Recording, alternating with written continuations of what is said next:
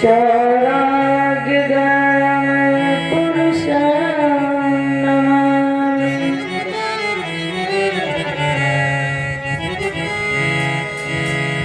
नारायणं नमस्कृत्य नरं चैव नरोत्तमं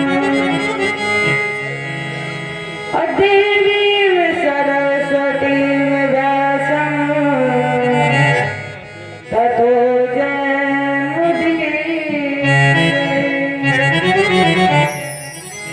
गिरि को उठाए ब्रज गोपों को बचाए लीनो अग्नि से उबार पांडु बालक मजारी के जादू गज घंटा तले बालक विहंगम को क्यों वतने में पांडव के नारी को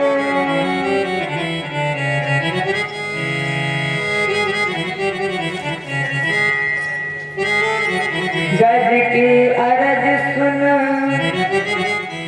ग्राह से छुड़ायो शीघ्र और भारत में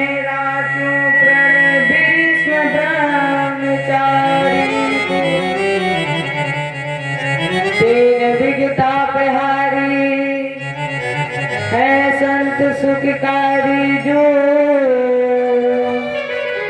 मोह तो भरोसो बाहि श्यामले बिहारी।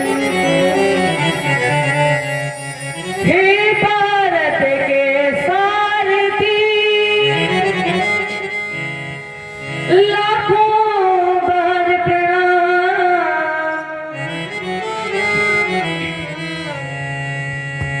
आकर दूर समारिए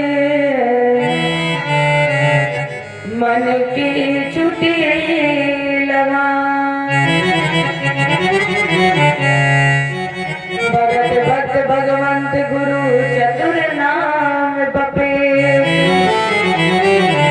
अतिन के पग बंधन किए नाशक वीर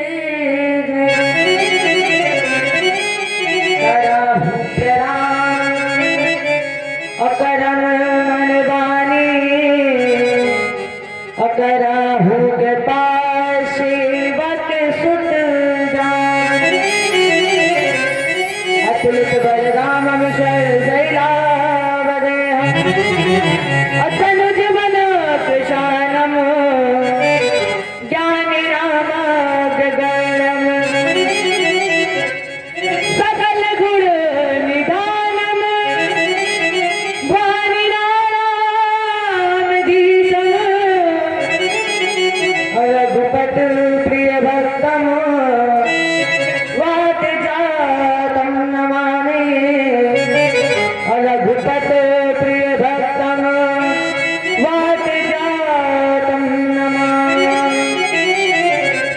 जय बोलो गुरुदेव भगवान की, कृष्ण भगवान की जय हो, रामचंद्र की जय हो, उमापति महादेव की, आदिशक्ति दुर्गे मैया की जय हो, भागवत भगवान की जय हो, बजरंगबली की जय हो। जय जय श्री राधे, जय जय श्री राधे, जय जय श्री राधे। पंखा मेरी तरफ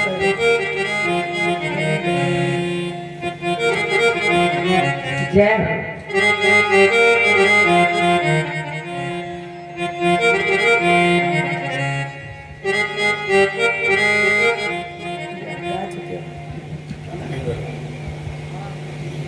दूसरा आप गा चुके हो ना। अरे दूसरा गा लो ना।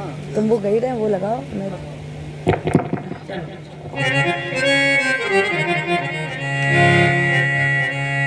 मैं तेरे प्यार में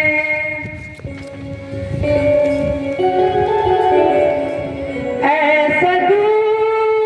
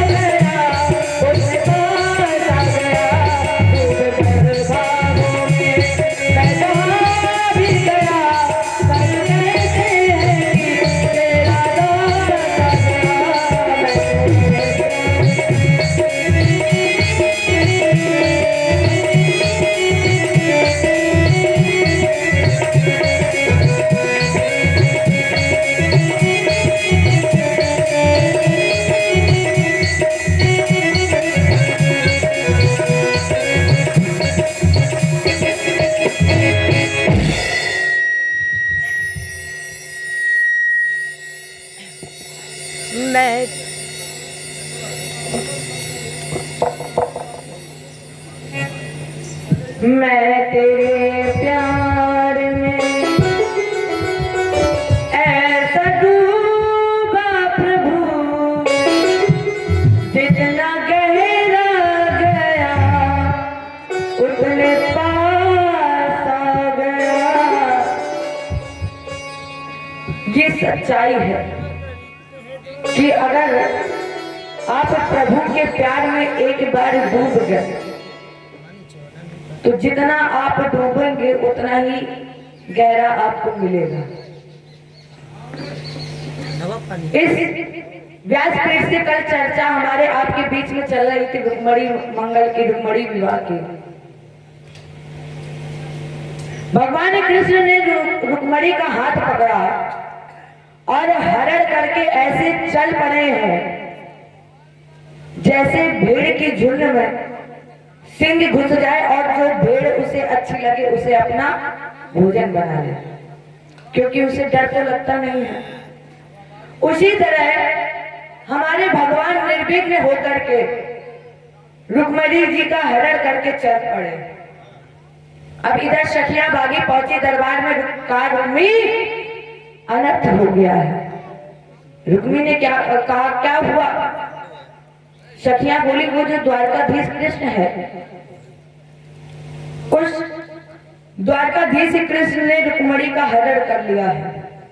अब जब ये बात रुक्मी को पता चली तो रुक्मी ने हाथ उठा करके प्रतिज्ञा कर ली कि जब तक हम द्वारकाधीश कृष्ण को पराजित नहीं कर देंगे, जब तक द्वारकाधीश कृष्ण को हरा नहीं देंगे, तब तक लौटकर अपने घर कुंदनपुर में नहीं जाएंगे।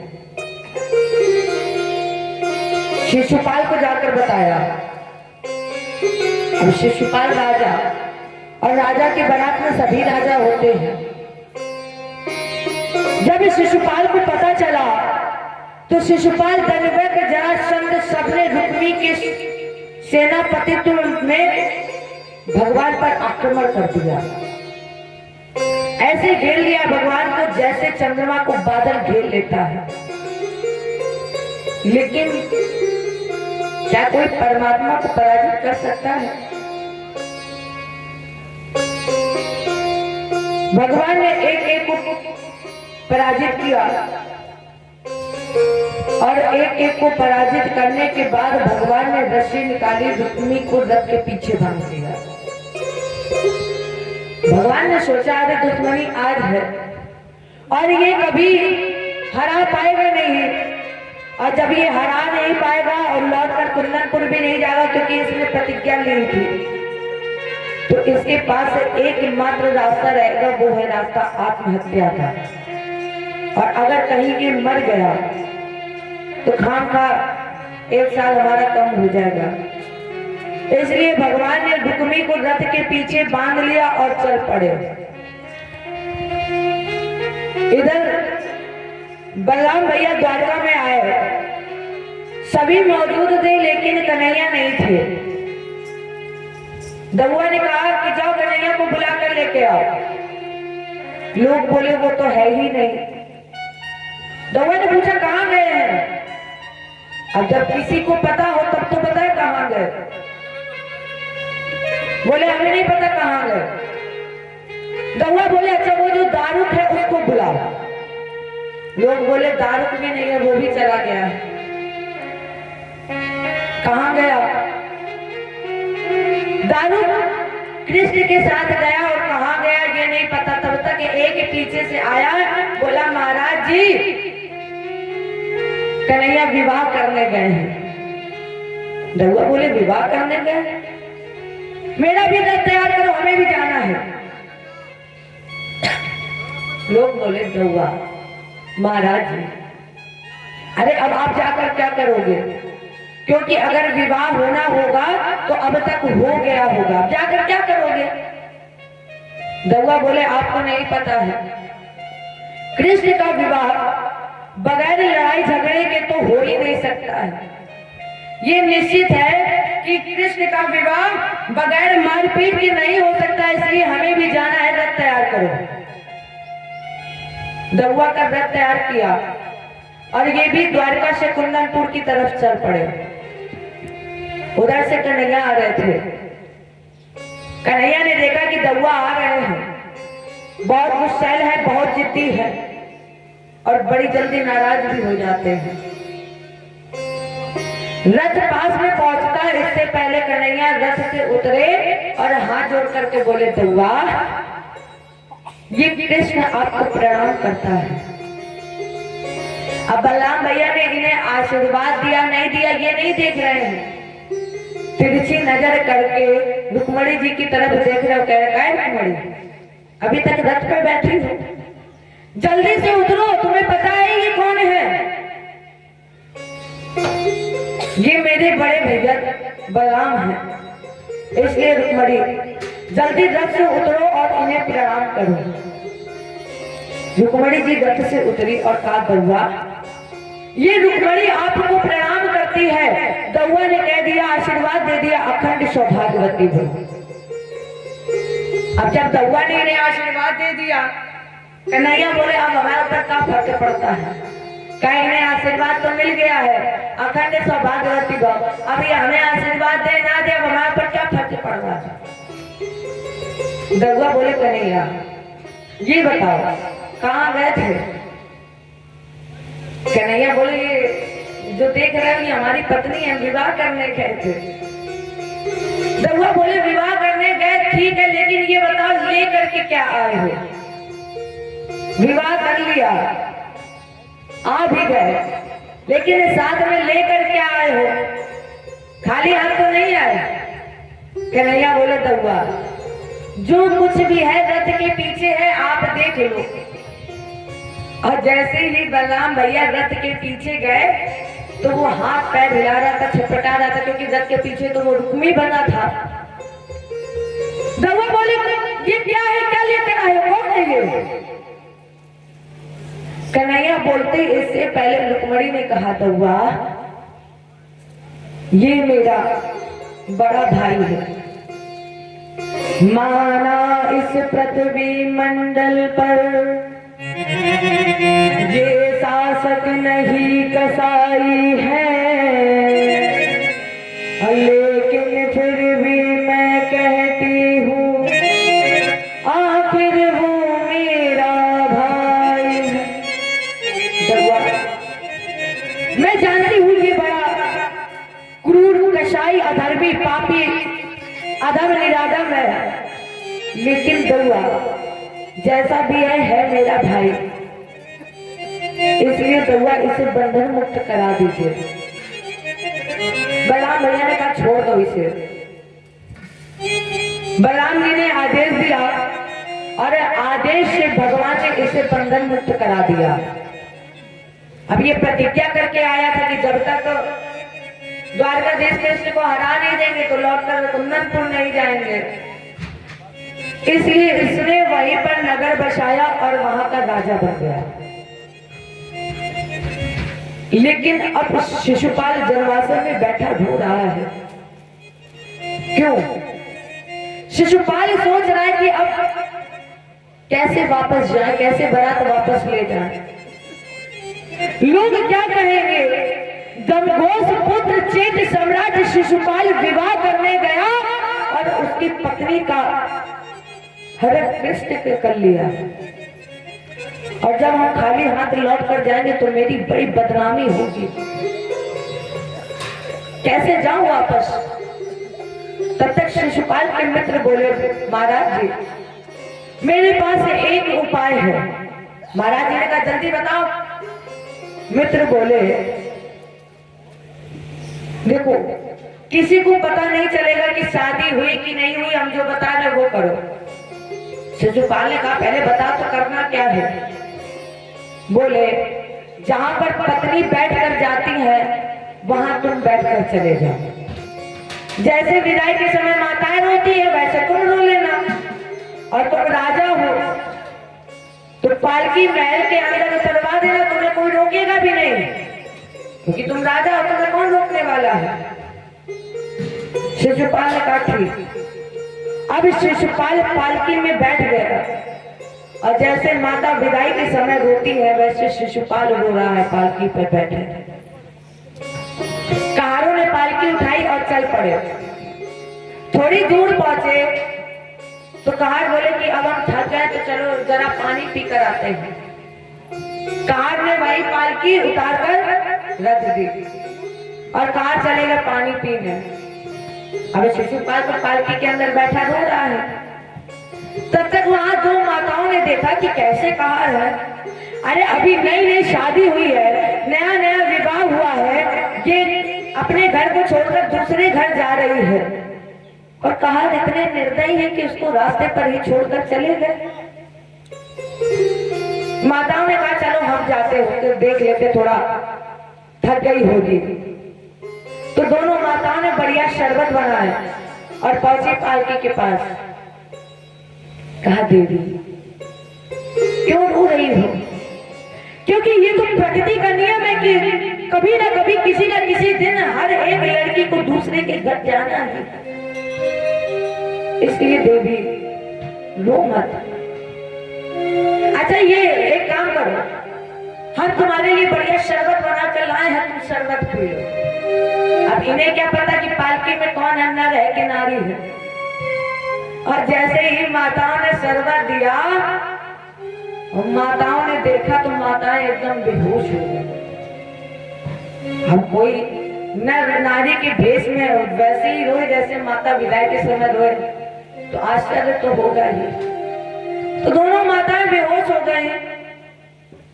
और आजकल हम लोग क्या करते हैं, आज हम लोगों को पता चलता है कि बेटी हो रही है तो बेटियों की हत्या कर देते हैं, बेटियों को मार देते हैं गर्भ में ही। जबकि ये लोग जानते हैं कि अगर बेटी नहीं होगी तो माँ नहीं होगी, माँ नहीं होगी तो पत्नी नहीं होगी, और बेटियों को मार देते हैं। चाहते हैं कि हमें पत्नी मिले, बेटी मिले, बच्चे मिले, पर फिर भी कुछ लोग ऐसे हैं जो बेटियों की हत्या कर देते हैं, मार देते हैं और उम्मीद करते हैं कि मेरा बेटा होगा तो मेरा नाम रोशन करेगा, बुढ़ापा आएगा तो मुझे एक गिलास पानी देगा। एक बात हमेशा याद रखना प्यारे, आज के बेटे कभी अपने माँ बाप की सेवा नहीं करते हैं। जहां घर में पत्नी आई नहीं कि दूसरे दिन सोच लेते कि चलो अब हम अलग अलग रहे। माँ को रोटी खिलाने के लिए भी सोचते हैं कि रोटी खिलाए ना खिलाए, क्योंकि पत्नी आ गई तो बच्चे हो गए, इतना बड़ा परिवार हो गया तो माँ को रोटी खिलाने के लिए भी सोचते हैं। अरे प्यारे, अगर माँ ना होती तो क्या आप होते? और बेटियां ऐसी होती हैं जो बुढ़ापे में अपने माँ बाप को जल जरूर देती है, पानी देती है, उनकी सेवा करती है। बेटियां दो कुल को लेकर चलती हैं, लेकिन बेटे एक कुल को संभालने में ही परेशान हो जाते हैं। बेटी अगर ससुराल में रहती है तो एक बार मायके में फोन करके जरूर पूछती है, पापा आप ठीक तो हो, माँ आप ठीक तो हो। लेकिन बेटा एक बार घर से निकल जाए तो 24 घंटे की तो बात छोड़ो, 2 दिन 10 मिनट तक फोन नहीं करता कि माँ कैसी हो, पिता कैसे हो, कोई फर्क नहीं पड़ता है। बेटियां क्या कहती हैं, क्या होती हैं, सुनिएगा। पापा की साथ मम्मी की जान, और जब पापा की शान होती है, मम्मी की जान होती है, और जब तक बेटियां नहीं होंगी तब तक आप चाहे जितनी उम्मीद कर लो बेटों से, बेटों ने ही वृद्धाश्रम खोला है, याद रखना। जहां बुढ़ापा आया नहीं कि बेटे तुरंत वृद्धाश्रम में भेज देंगे, कहे कौन रोटी खिलाए हैं। भूल गए वो दिन जब माँ सेवा करती थी और तुम्हारा ध्यान रखती थी, और जब तुम बड़े हो गए, जब धन कमाने लगे तो तुमने अपने माँ बाप को छोड़ दिया, वृद्धाश्रम में छोड़ दिया, 2 रोटी खिलाने के लिए तरसा दिया। पापा की साथ मम्मी की जान दुर्गा समान होती है।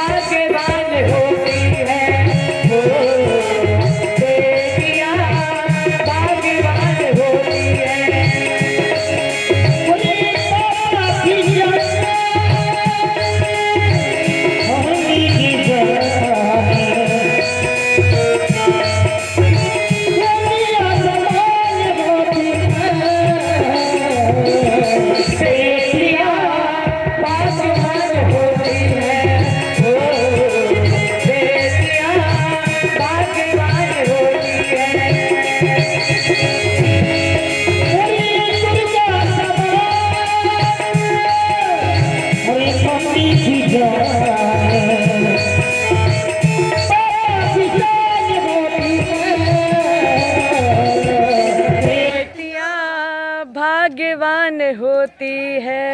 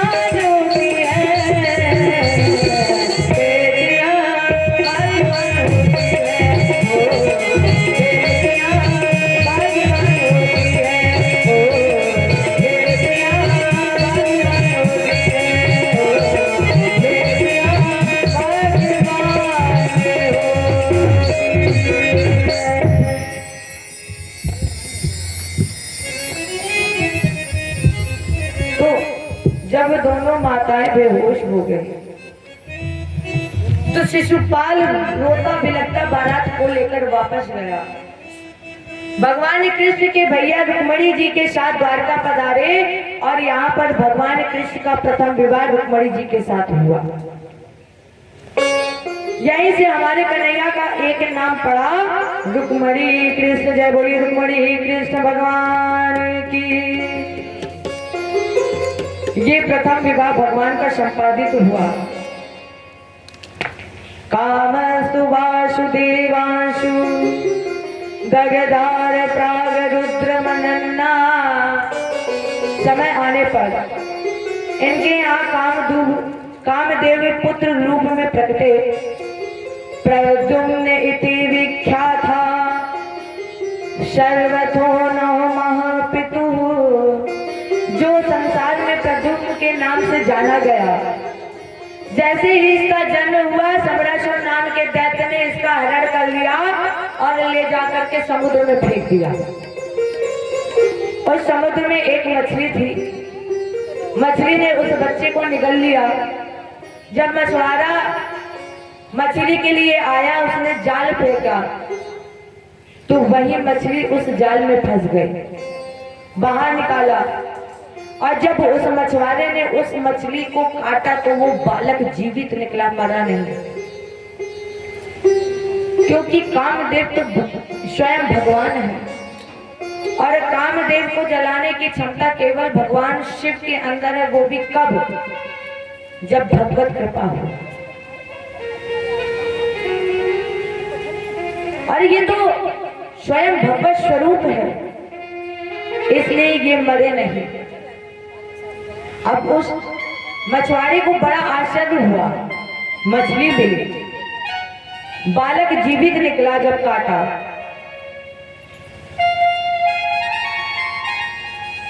तो उस मछुआरे ने उस बालक को सम्रासुर को जाकर दे दिया।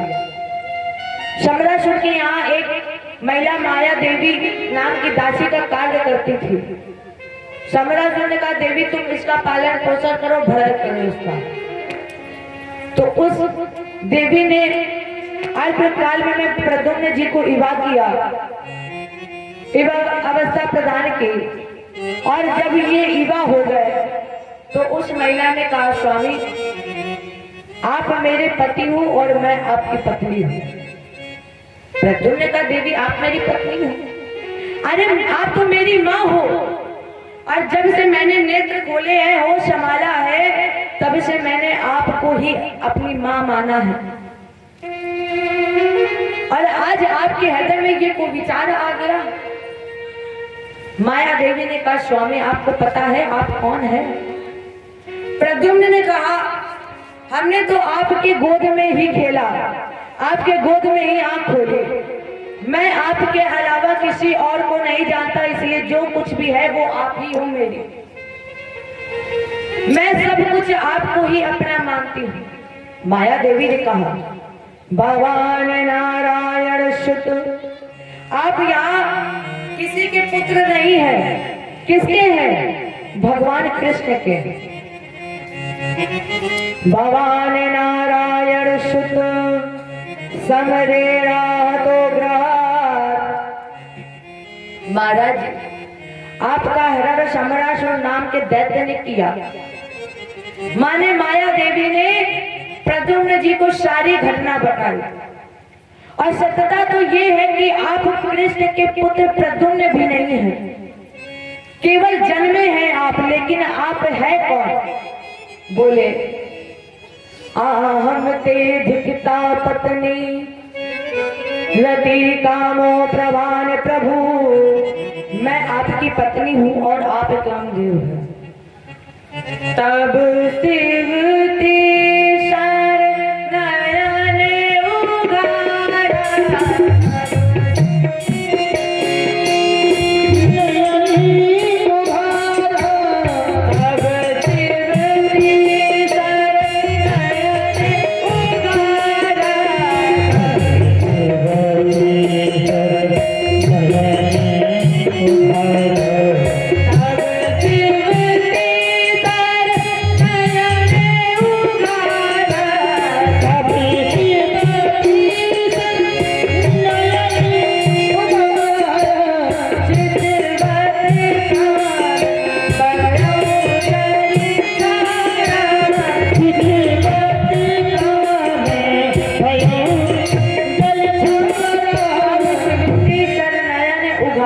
चितवत काम भयउ जरी छारा। मैंने शंकर जी की बड़ी तपस्या की तो उन्होंने मुझे वरदान दे दिया। जब यह देवा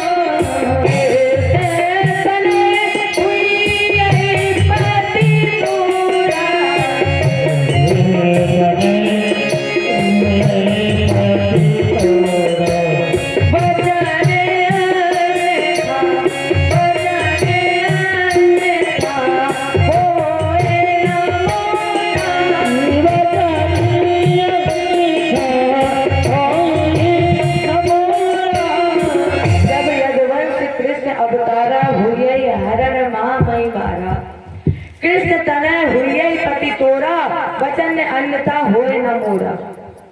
मैं आपकी पत्नी हूँ और आप कामदेव हैं। प्रद्युम्न को अपने पूर्व जन्म का स्मरण हो गया और महामाया का ज्ञान प्राप्त करके इन्होंने समरासुर दैत्य का उद्धार किया और अपनी पत्नी रति के साथ इन्होंने द्वारका में प्रवेश किया। राजेंद्र, ये भगवान का प्रथम विवाह पुत्र प्रथम और उसका संस्कार विवाह, ये पावन प्रसंग आपने सुना। इसके बाद भगवान को एक दोष लग गया। किसका? चोरी का। अब राजेंद्र जरा सोचिए, जब इस संसार में हमारे भगवान को नहीं छोड़ा, हमारे भगवान पर चोरी का दोष लगा दिया, तो ये संसार के कामी विषय लोभी कपट हमें आपको क्या छोड़ेगा। राजा परीक्षित ने कहा, महाराज जी आप ये बताइए कि भगवान को चोरी का दोष क्यों लगा और ये चोरी का दोष किसने लगाया। सुखदेव जी ने कहा कि ये चोरी का दोष सत्राजित ने लगाया। राजा परीक्षित का, महाराज जी कौन है ये सत्राजित और ये चोरी का दोष क्यों लगाया, ये इसमें मणि की चोरी का दोष भगवान को क्यों लगा, मुझे श्रवण कराइए। सुखदेव जी ने कहा, ये जो सत्राजित है ये सूर्य का परम भक्त है। इसने सूर्य की भक्ति करके इसमें मणि प्राप्त कर ली और ये मणि जिस किसी के पास भी रहती है उसे 8 भार सोना देती है। एक दिन यही मणि पहने हुए सत्राजित दरबार में पहुंचे। यदुवंशी बोले, भैया ये मणि बेशकीमती है और अगर ये मणि मेरे कन्हैया को पहना दी जाए, क्योंकि मेरे कन्हैया का स्वरूप भी अद्वैत है, अगर ये मणि मेरे कन्हैया को पहना दी जाए तो उनकी सुंदरता में 4 चांद लग जाए। अब सत्राजित ने ना तो हाँ बोला ना बोला, चुपचाप खड़ा हुआ और चल दिया। कुछ समय के बाद यही मणि एक बार सत्राजित का छोटा भाई प्रसेन गले में डालकर पहनकर शिकार खेलने गया। सिंह ने घोड़े को मार दिया, प्रसेन को मार दिया और मणि से खेलने लगा। मणि से खेल रहा था, तब तक उधर से जामवंत जी निकले। जामवंत जी ने मणि को देखा, सिंह को मार दिया और सिंह को मारकर ये मणि ले ली। अब जामवंती जी मणि को लेकर गए और जामवती को जाकर दे दी। इधर जामवंत जी सो गए। जब सत्राजित ने देखा कि मेरा भाई अभी तक लौट कर नहीं आया है, बहुत समय हो गया है, तब सत्राजित को ये संदेह हो गया कि कृष्ण सामर्थ्यवान है और कल ही कह रहे थे कि अगर कृष्ण को ये मणि दे दी जाए तो उनकी सुंदरता में 4 चांद लग जाएगा। तो मैंने मणि नहीं दी, इसलिए कन्हैया ने मेरे छोटे भाई की हत्या कर दी और ये मणि ले ली।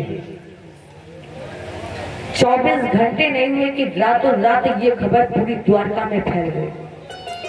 और जब ये खबर भगवान कृष्ण के पास पहुंचे तो भगवान कृष्ण गुरु जी के पास गए। तो गुरु जी, ये दोस्त तो मेरे ऊपर अनर्गल लग रहा है। क्यों? क्योंकि अरे मैंने तो कभी छोटे भाई प्रसेन को देखा ही नहीं कि वो दिखने में कैसा लगता है, और ये चोरी का दोष मेरे ऊपर अनर्गल लग रहा है।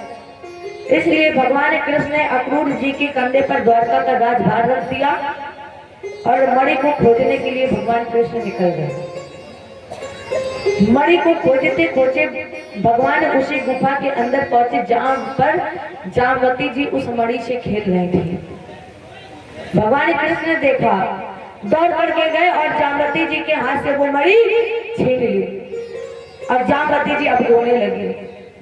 जामवती के कान में जैसे ही जामवती के रोने की आवाज पड़ी तो एकदम से उठे और भगवान से युद्ध करने लगे। और जब भगवान से युद्ध करते करते थक गए तब उन्हें समझ में आया कि यही मेरे राम है, यही मेरे गोपाल है। और जामवती जी बोले, बस बस गोपाल, मैं समझ गया हूं कि आप ही मेरे राम हो। कैसे समझे ये? राम जी जब रावण को मारकर आए तो अपनी पूरी सेना से कहा था राम जी ने कि आज मैं आपको कुछ देना चाहता हूं, इसलिए मांग लो। सबने सब कुछ मांगा, लेकिन जामवंत जी ऐसे थे जो चुपचाप बैठे थे, कुछ मांग नहीं रहे थे। राम जी गए, राम जी ने कहा जामवंत, अरे तुम कुछ क्यों नहीं मांग रहे, तुम भी मांग लो। जामवंत ने कहा, प्रभु अगर आप मुझे देना चाहते तो फिर मैं आपके साथ युद्ध करना चाहता हूँ। ये इतना वीर है जिसने भगवान से 27 दिन तक हार नहीं मानी, और 28वें दिन जब भगवान से पराजित हो गया, भुजाओं का बल थक गया, परिणाम स्वरूप अपनी पुत्री का विवाह मणि के सहित भगवान के साथ कर दिया। ये भगवान कृष्ण का दूसरा विवाह हुआ जामवती जी के साथ। ये लौट करके आए, सत्यराजित को मणि दे दी, माने सारा वृत्तांत तो कृष्ण ने बताया। तब सत्यराजित ने सोचा कि ये अनर्गल दोष मैंने लगाया है, ये झूठा दोष मैंने लगाया है, तो इसने लज्जावश अपनी पुत्री सत्यभामा का विवाह भगवान कृष्ण के साथ कर दिया। ये तीसरा विवाह भगवान कृष्ण के साथ हुआ। एक दारथ मारू है विजयो बाण रद ध्वजम अगांडीवम धनुरागाय भगवान कृष्ण अर्जुन के साथ रथ पर बैठे हुए, आवाज इसकी सही करो, अर्जुन के साथ रथ पर बैठे हुए जा रहे थे। यमुना जी के किनारे पहुंचे तो अर्जुन ने देखा कि एक युवा लड़की बैठी हुई है, तपस्या कर रही है। अर्जुन ने पूछा, देवी कौन हो, तुम्हारी तपस्या का उद्देश्य क्या है? उस देवी ने कहा, अहम देवस सवितुर द्विहता पतमिच्छति अवसरुं वरेणं वरदा तपा परम मासिता। मेरा नाम कालिंदी है, मैं सूर्य की पत्नी हूँ, मैं सूर्य की पुत्री हूँ, मैं भगवान को पति रूप में वर्ण करना चाहती हूँ, इसलिए इतनी कठोर तपस्या कर रही हूँ। अर्जुन ने भगवान कृष्ण से कहा, कृष्ण अरे ये तो तुम्हें पाने के लिए ही कठोर तपस्या कर रही है, और अब इसकी तपस्या का फल दीजिए इसे। परिणाम स्वरूप भगवान ने कालिंदी जी के साथ भी विवाह किया। ये चौथा विवाह भगवान कृष्ण का कालिंदी जी के साथ हुआ। उज्जैन के राजा थे विंध्य और अरविंद। जिनकी महल का नाम था मित्रवृंदा। ये भगवान को पति वरण कर चुकी थी, इसलिए स्वयं में पहुंचकर भगवान ने मित्रवृंदा का हरण किया और इनसे विवाह किया। ये 5वां विवाह भगवान ने मित्रवृंदा के साथ किया। 6वां विवाह भगवान ने कौशल देश के राजा नग्नजित, जिसकी पुत्री का नाम था सत्या, इनसे विवाह किया। 7वां विवाह भद्रा जी के साथ किया और 8वां विवाह लक्ष्मणा जी के साथ किया। ये भगवान के कुल विवाह हुए 8। इसके बाद भगवान ने भूमि पुत्र शिव के तेज से पृथ्वी के गर्भ से एक पुत्र पैदा हुआ जिसका नाम था नरकासुर। भूमि पुत्र होने के कारण लोगों ने इसका नाम रख दिया भौमासुर। अब इसने तपस्या की, शंकर जी प्रसन्न हो गए। शंकर जी ने कहा बेटा वर मांगो। तो भौमासुर ने कहा हम किसी के मारे ना मरे। शंकर जी ने कहा ये तो हो ही नहीं सकता है, इसलिए कुछ और मांगो। अब ये इतना चतुर था, इतना होशियार था। भौमासुर ने कहा भोले बाबा मुझे वरदान दीजिए कि जब तक मेरी माँ न कहे तब तक ना मरे। अब बताओ, किसी की माँ कहेगी क्या मेरे पुत्र को मार दो? पुत्र भले चाहे जैसा हो, लेकिन किसी की माँ ये नहीं कहती कि मेरे पुत्र को मार दो। भौमासुर इतना होशियार था और कहा भोले बाबा मुझे वरदान दीजिए कि जब तक मेरी माँ ना कहे तब तक हम ना मरे। अब इसे वरदान मिल गया,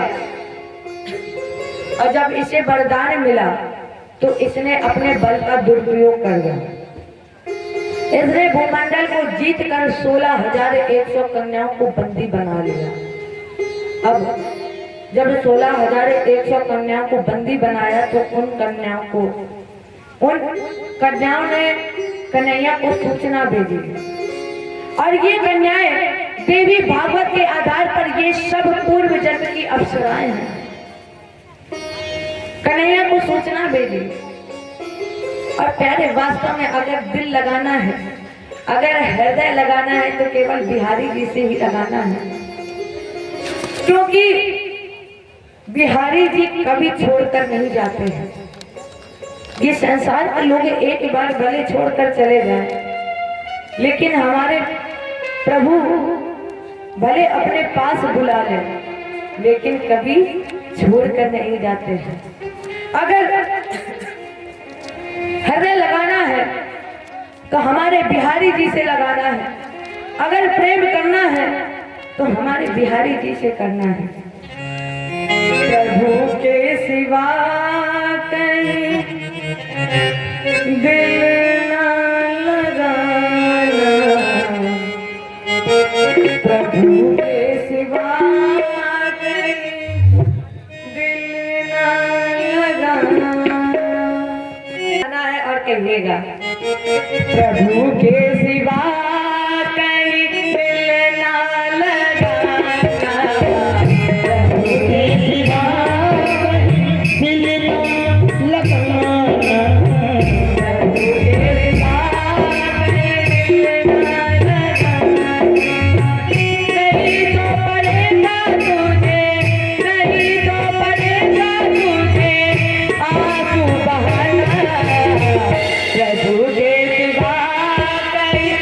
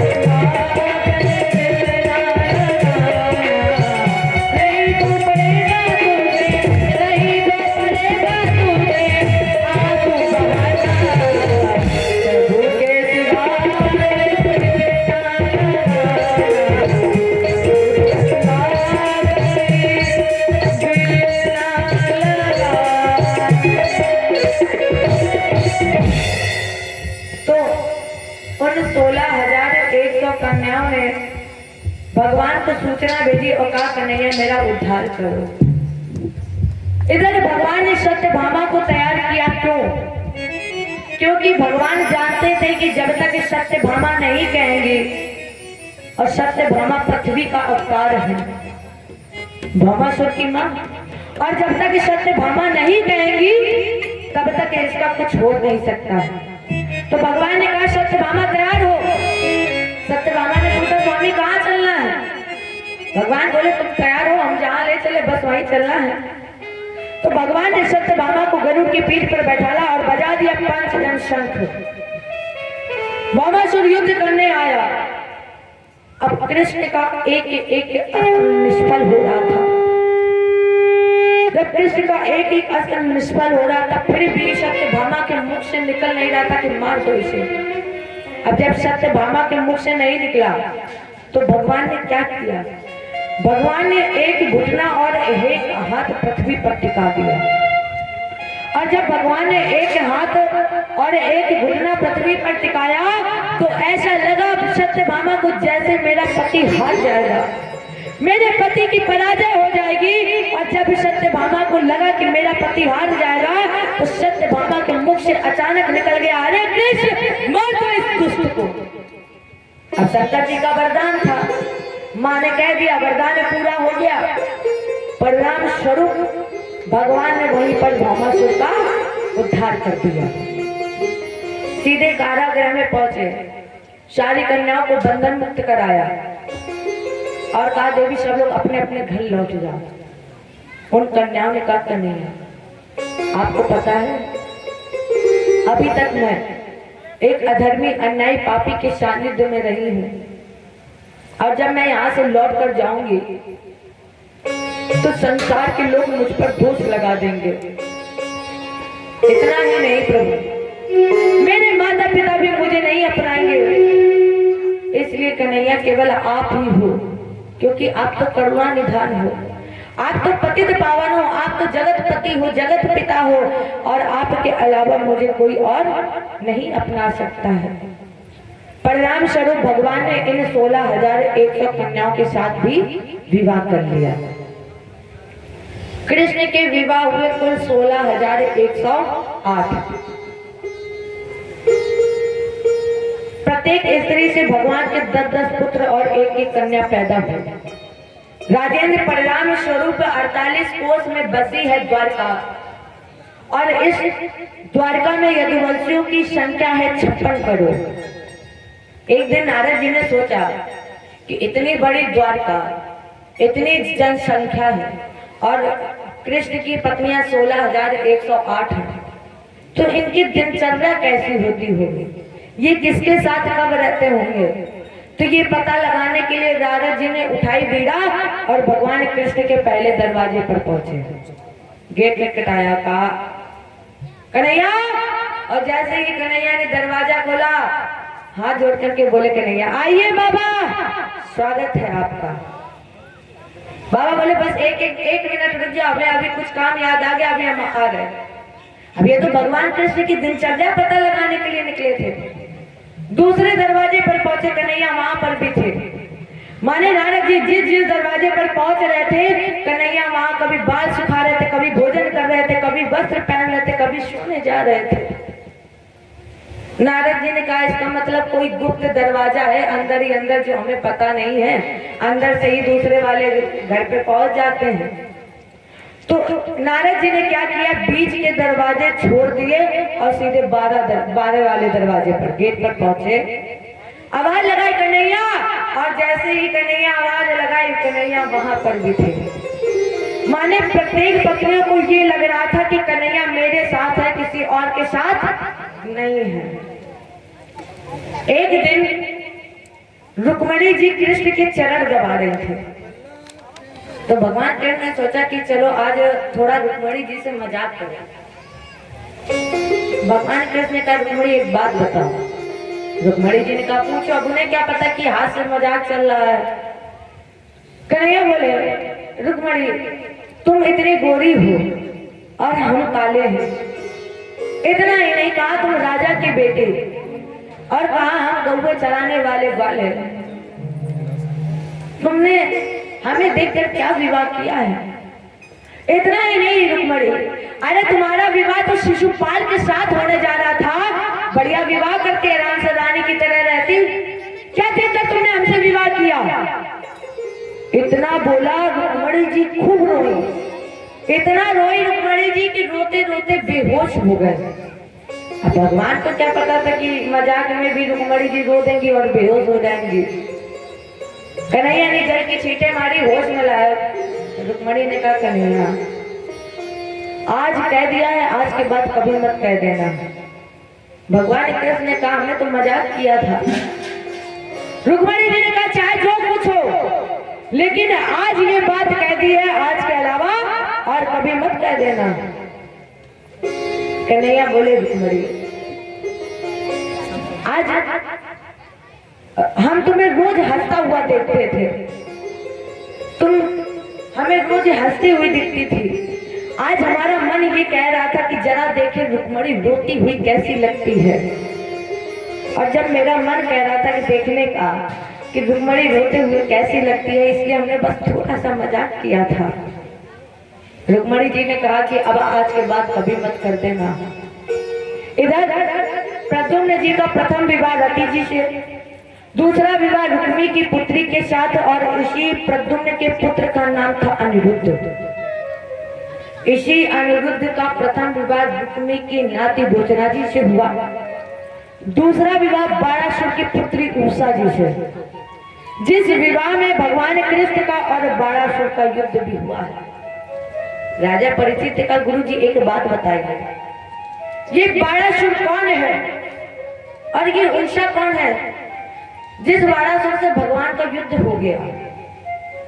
सुखदेव जी ने कहा राजेंद्र बाण पुत्र सस्य ज्येष्ठो बलेरासिन महात्मना ए बावन रूपाय हरे दान मेरे दान। दैत्यराज बलि के 100 पुत्रों में से सबसे बड़े पुत्र का नाम है बाणासुर। जिस दैत्यराज बलि के यहाँ भगवान 3 पैर पृथ्वी दान मांगने गए, ये शंकर जी का भक्त था। शंकर जी प्रसन्न हो गए। अब यहाँ ध्यान देने की बात ये है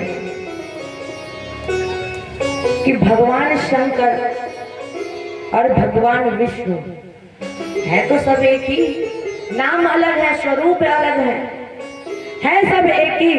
लेकिन यहाँ ध्यान देना जरा, भगवान विष्णु और भगवान शंकर में एक स्वाभाविक अंतर है।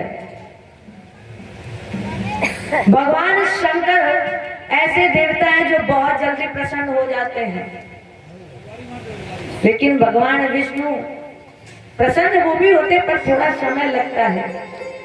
लेकिन भगवान शंकर सबसे पहले सबसे जल्दी प्रसन्न हो जाते हैं। और इन दोनों में स्वाभाविक अंतर क्या है? भगवान विष्णु है लक्ष्मीपति और भगवान शंकर है खागपति। अंतर क्या है? भगवान विष्णु का पुजारी तुम्हें कभी अमीर नहीं मिलेगा और भगवान शंकर का पुजारी तुम्हें कभी गरीब नहीं मिलेगा। ये स्वाभाविक अंतर है। भगवान विष्णु का पुजारी तुम्हें कभी अमीर नहीं मिलेगा और भगवान शंकर का पुजारी तुम्हें कभी गरीब नहीं मिलेगा। लेकिन है तो दोनों एक ही। हरि एक है दोनों, न ये कम है न कम, दोनों एक ही हैं। लेकिन कितना बढ़िया अंतर है। भगवान शंकर बड़े जल्दी प्रसन्न हो जाते हैं। देखो 1200 में तपस्या की प्रसन्न हो गए, वर मांगो। माने कितनी जल्दी जल्दी शंकर जी प्रसन्न होते हैं। शंकर जी से जैसा देवता तो है ही नहीं कोई। अगर प्रसन्न करना है बढ़िया चढ़ा तो जाके दतूंगा, प्रसन्न हो जाएंगे। लेकिन हाँ भक्ति करना तो सच्चे मन से करना, जिसमें कोई कामना ना हो मांगने की, क्योंकि उसे सब कुछ पता होता है। उसे पता होता है कि आपको क्या चाहिए है, तो वो पूरा जरूर करता है। हाँ ये हो सकता है कि थोड़ा समय लग जाए, क्योंकि भगवान के साथ केवल हम अकेले नहीं हैं। ना जाने कितनी भीड़ लगी है भगवान के आगे। तो हो सकता है थोड़ा समय हो, पर पूरा जरूर करते हैं। मांगिए नहीं कभी, क्योंकि उन्हें पता है कि आपको क्या चाहिए। हरि हर एक है दोनों, ना ये कम है ना वो कम है। हरि हर एक है दोनों, ना ये कम है ना वो कम है। हरि हर एक है दोनों, ना ये कम है ना वो कम है। हरि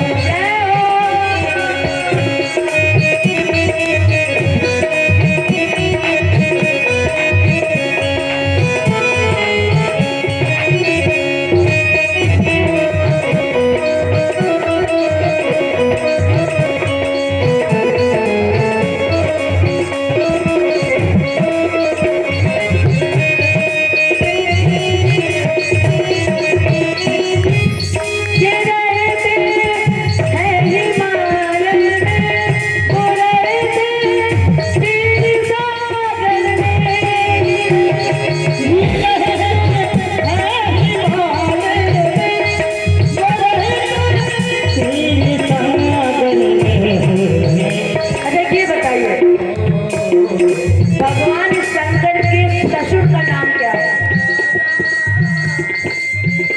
भगवान शंकर के ससुर का नाम क्या है? अच्छा, मैया पार्वती के पति पिता का नाम क्या है? और भगवान शंकर रहते कहाँ है? हिमालय, अपने ससुर के घर। और भगवान विष्णु क्षीर सागर में, और लक्ष्मी जी का प्रकट कहाँ हुआ था? क्षीर सागर में। तो जब भगवान अपने ससुर के घर रह सकते हैं, तो क्या आप लोग नहीं रह सकते हैं? भगवान शंकर, भगवान विष्णु तो जिंदगी भर के लिए अपने ससुर के घर बस गए, और आप लोग 6 महीने नहीं रुक सकते हैं। एक दिन जाओ ससुराल, तो 1-2 दिन तो बढ़िया सेवा होगी। आज दामाद जी आए हैं तो बढ़िया स्टेज सजा दिया, बढ़िया फल मिष्ठान खाने की व्यवस्था। और जहाँ दूसरा तीसरा दिन आया, ससुराल वाले कहेंगे कहाँ बस गए आके, जल्दी की नहीं अपने घर चले जाए। अरे जाना तो बिल्कुल कम से कम 1-2 महीने तो रह लो। और जब ना रुकने तो ससुराल वाले तो दावा ठोक कर कहना कि जब हमारे भगवान जिंदगी भर रह सकते हैं, तो क्या हम वहाँ पे 1-2 महीने नहीं रह सकते? कहीं नाम से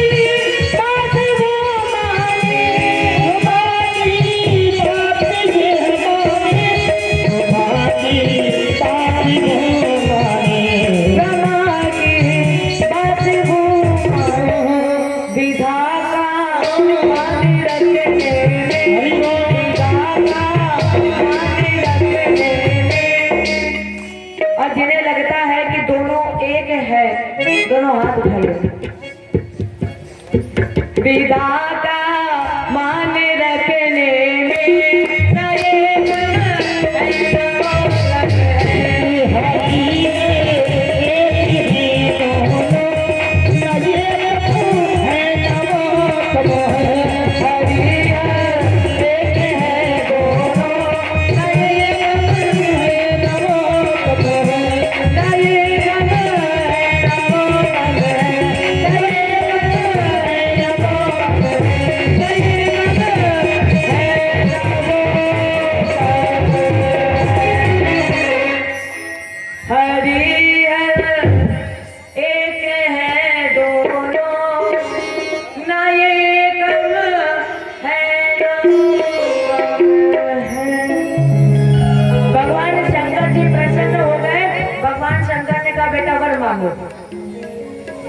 बारासुर ने कहा मुझे दीजिए 1000 हाथ। भगवान शंकर ने संकोच भी नहीं किया और पूछा कि तुम इन हाथों का करोगे क्या। बारासुर ने कहा भोले बाबा अगर हम पर चढ़ाई कर दी तो हमारे पास अगर 2 हाथ रहेंगे तो हम बच नहीं पाएंगे, और अगर हमारे पास 1000 हाथ रहेंगे तो कम से कम हम खुद को बचा तो सकते हैं। भगवान ने प्रसन्न हो गए, कहा तथास्तु। और कुछ? बारासुर ने कहा आप हमारे नगर के रक्षक बन जाओ। भगवान शंकर बोले जाओ तथास्तु। जब बारासुर को वरदान मिल गया, समय बीता, कोई लड़ने वाला नहीं मिला, तो इसे अभिमान आ गया। और ये जब इसे अभिमान आ गया तो सुबह सुबह पहुंचा भोले बाबा के पास। कहा शंकर जी, बोले बाबा गुरु जी आपने ये जो वरदान दिया है वो वापस ले लो। बोले बाबा ने कहा क्यों? बारासुर ने कहा जब कोई लड़ने वाला ही नहीं है तो हम इन हाथों का क्या करेंगे। शंकर जी ने कहा देखो अब बारी मिथ्या हो नहीं सकती है, वरदान वापस नहीं लिया जा सकता है। तो बारासुर को इतना अभिमान आ गया कि शंकर जी से ही क्या बैठा चलो हम और आप युद्ध कर ले। शंकर जी ने कहा तुम्हारे साथ हम युद्ध? अरे हम युद्ध नहीं कर पाएंगे। ऐसा करो ये पताका लो और ले जाकर छत पर लगा देना, जिस दिन ये पताका झुक जाए समझ लेना तेरा लड़ने वाला आ गया है। बारासुर को इतना अभिमान था, पताका ली छत पर जाकर लगा दी, और जैसे सुबह होती थी रोज सबसे पहले छत पर जाकर उस पताका को देखता था कि कहीं वो पताका झुक तो नहीं गई है। बारासुर इतना अभिमान में था, लेकिन हमारे प्यारे प्रभु का एक नाम गर्वाहारी है। जब गर्भ हुआ तो भगवान ने एक लीला रच दी।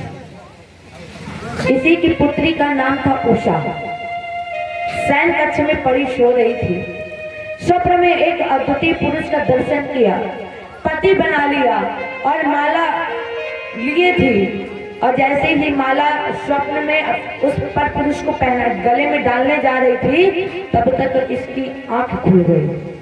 जब आंख खुली सपना टूटा और साथ में दिल भी टूट गया। ओ हाय मेरे प्यारे प्रियतम, और प्रियकांत का साथ भी छूट गया। ये बैठी रो रही थी, तब तक इनकी सहेली इनकी बहन जी आ गई। बहन जी ने कहा क्या हो गया? बारस मंत्री कुंभंडास अचित लेखा चतुष्टा। बारासुर का मंत्री कुंभांड जिसकी बेटी का नाम था चित्रलेखा उषा की सहेली थी, प्रश्न किया बहन आपकी मलिनता का कारण क्या है, क्यों दुखी हो, क्यों रो रही हो? उषा ने कहा वैसा कश्चिन्नरा स्वप्ने श्याम लोचनम। बहन आज मैंने स्वप्न में एक पर पुरुष श्याम वर पुरुष का दर्शन किया, अद्भुत था, और जैसे उसे अपना पति बनाया तो मेरी आंख खुल गई। तो चित्रलेखा ने कहा बहन रो मत, मैं चित्रकार हूँ, मैं चित्र बनाना प्रारंभ कर रही, और जो तेरा पति हूँ मुझे बता देना। तो अब चित्रलेखा ने दीवार पर चित्र बनाना प्रारंभ किया। हर चित्र को देखकर उषा कह रही थी नहीं ये नहीं है, और जैसे ही अब की बार ये मृत्यु लोक में आई तो इसने सबसे पहले सबसे सुंदर द्वारकाधीश कृष्ण का चित्र बनाया। और जैसे ही द्वारकाधीश कृष्ण का चित्र बना, उषा ने कहा ये नहीं है, लेकिन इसे देखकर ऐसा लग रहा है कि तुम उस खानदान में प्रवेश कर चुकी हो। इसने कन्हैया जी का चित्र हटाया और प्रद्युम्न जी का चित्र बनाया।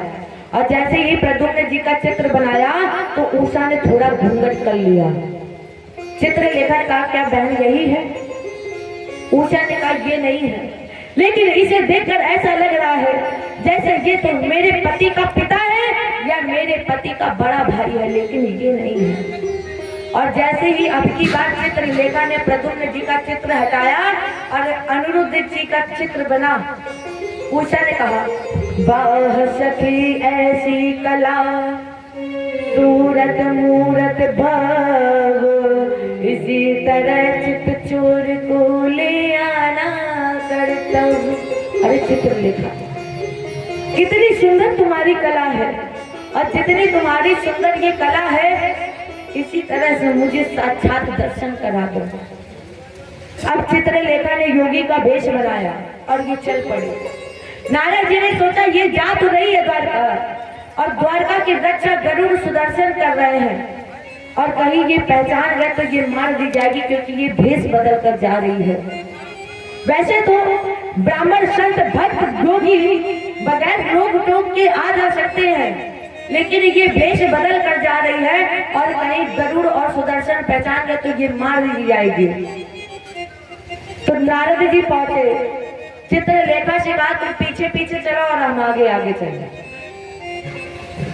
पहुंचे द्वारका में, जैसे ही गरुड़ सुदर्शन ने देखा, प्रणाम किया, आइए बाबा आपका स्वागत है।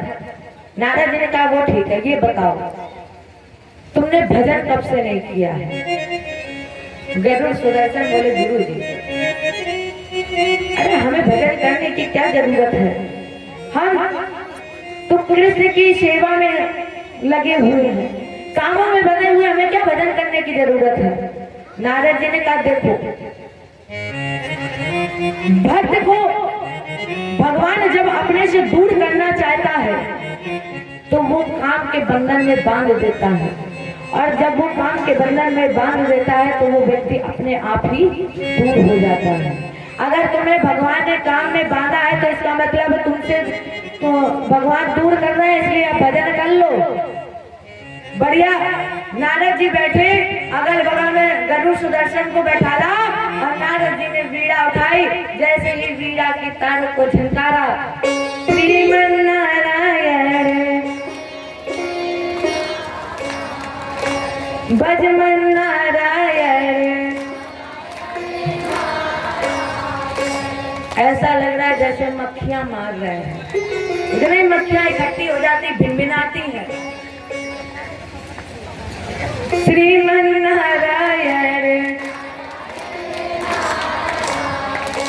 भजमन नारायण। हमारे बाबा से कुछ सीखो, उतनी देर से नृत्य कर रहे हैं और आपके मुख से आवाज नहीं निकल रही है। अरे शर्म कर लो थोड़ा। श्रीमन नारायण। आज भोजन करके कौन कौन नहीं आया है? सभी करके आए हैं, फिर भी इतनी धीमे आवाज। अरे जब भोजन करके आए तो सिंह की तरह दहाड़ो। भगवान का नाम तो गाने में चाहे जितनी ताकत लग जाए, और कभी ये नहीं लगता है कि थक गए हैं। भगवान का नाम गाने में और लगता है कि और गाते ही रहे। श्रीमन नारायण। अच्छा, इतनी संख्या है और अब हम दोनों में कंपटीशन करा रहे किसकी आवाज ज्यादा तेज है। हमारे भैया लोग कितने अच्छे हैं, माताएं आगे गा लेती, भैया लोग चुपचाप बैठ जाते हैं। आज नहीं चलेगा ये, क्योंकि आज विश्राम दिवस है, तो आज हम आपको गवाएंगे और नचाएंगे। तो अब माताएं हमारी रुक जाएं, भाइयों के नंबर है। देखते हैं कितनी ताकत है। आज देखेंगे कितना दूध दही माखन खाने को मिलता है। श्रीमन नारायण भजमन नारायण। अच्छा, कंपटीशन में तैयारी होनी भी चाहिए, सही बात है। अब हमारे भैया लोग रुक जा, देखिए हमारी बिरादरी का सवाल है। श्रीमन नारायण भजमन नारायण, अब दोनों लोग गाइएगा। श्रीमन नारायण नारायण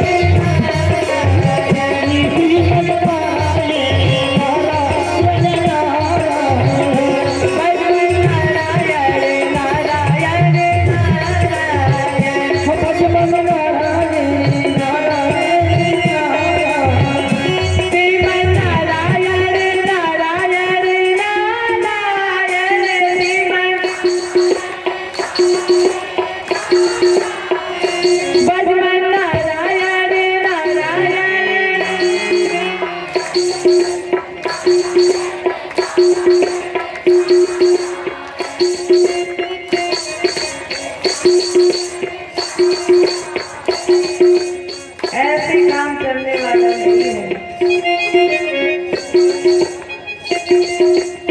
अच्छा, एक बार और मौका दे रहे हैं आप लोगों को। श्रीमन नारायण नारायण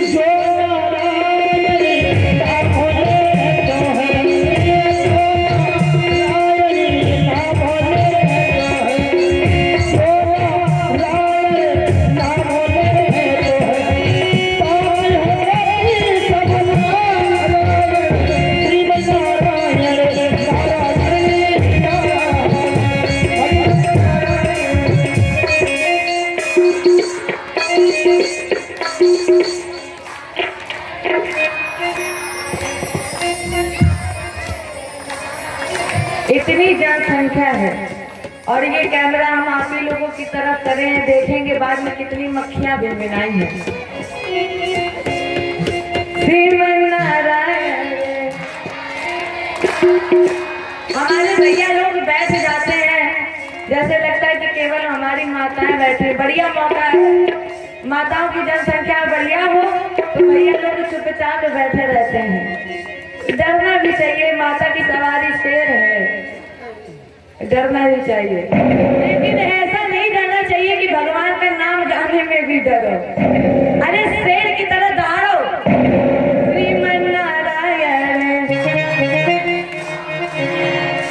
भजमन नारायण श्रीमन नारायण नारायण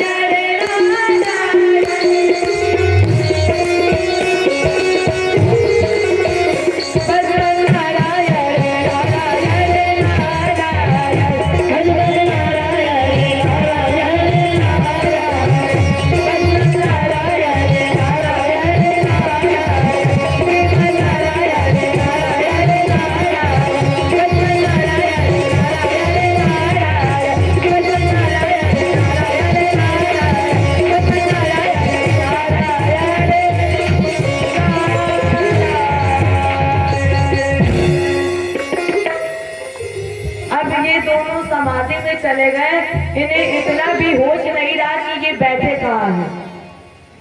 नारद जी ने चित्रलेखा से कहा, अरे अभी क्यों खड़ी हो, जाओ अंदर जल्दी। हम यहाँ इनको भ्रम करने में लगे और तुम अभी तक खड़ी हो, जाओ अंदर। नारद जी ने चित्रलेखा को प्रविष्ट करा दिया। अब नारद जी तब तक भजन करवाते रहे जब तक उषा, चित्रलेखा ने अनिरुद्ध जी को उषा जी के कच्छ तक नहीं पहुंचा दिया। अब जब कच्छ में पहुंच गए, नारद जी ने कहा बेटा हो गया भजन, और जब हो गया भजन तो जाओ सभी अपने कामों में लग जाओ।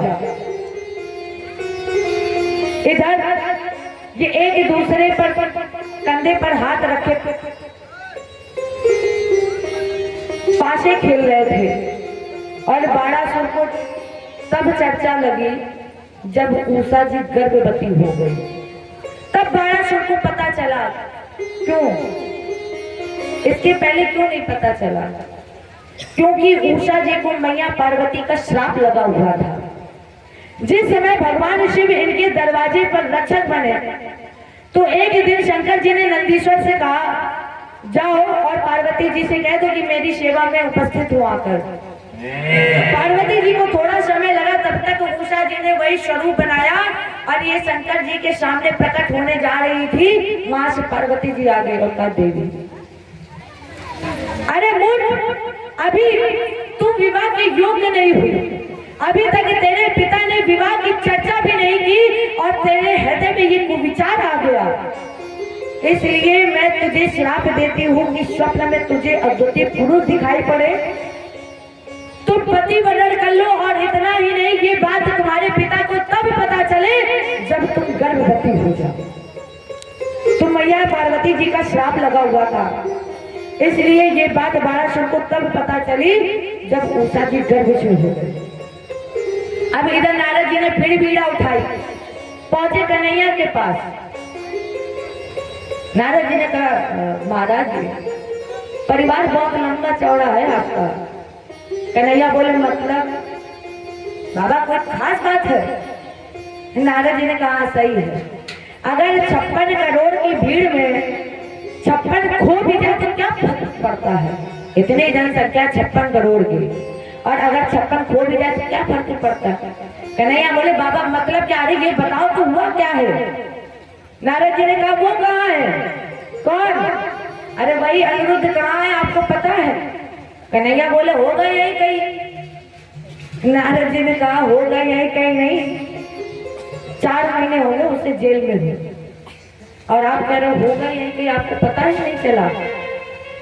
और जैसे ही भगवान कृष्ण को पता चला तो भगवान कृष्ण ने 5 जन शंख ध्वनि की, और इनके जितने भी साथी रथ घोड़े सब पैदल चले, तो उनसे जो धूल उड़ी तो वो आकाश में छा गई। दिन में ही रात हो गया, दिन में ही अंधेरा छा गया। अब बाणासुर ने सोचा, इतनी बड़ी सेना है और हम हरा नहीं पाएंगे, और जब ये हरा नहीं पाएगा तो इसके पास केवल एक मात्र रास्ता है, वो है भोले बाबा।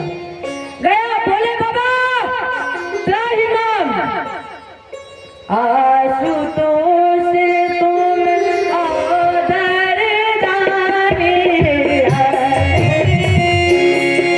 तुम्हीं अवतार दानी, आशुतोष तुम अवतार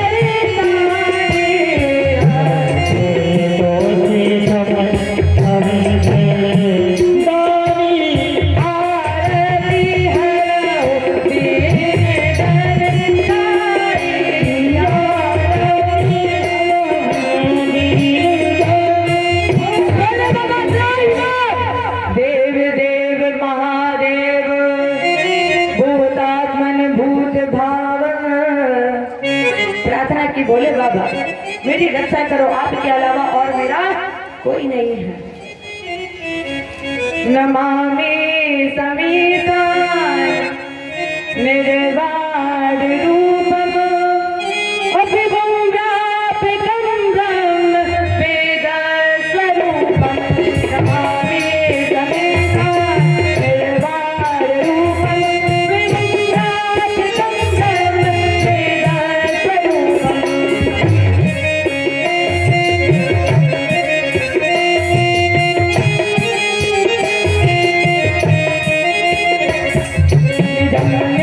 गुण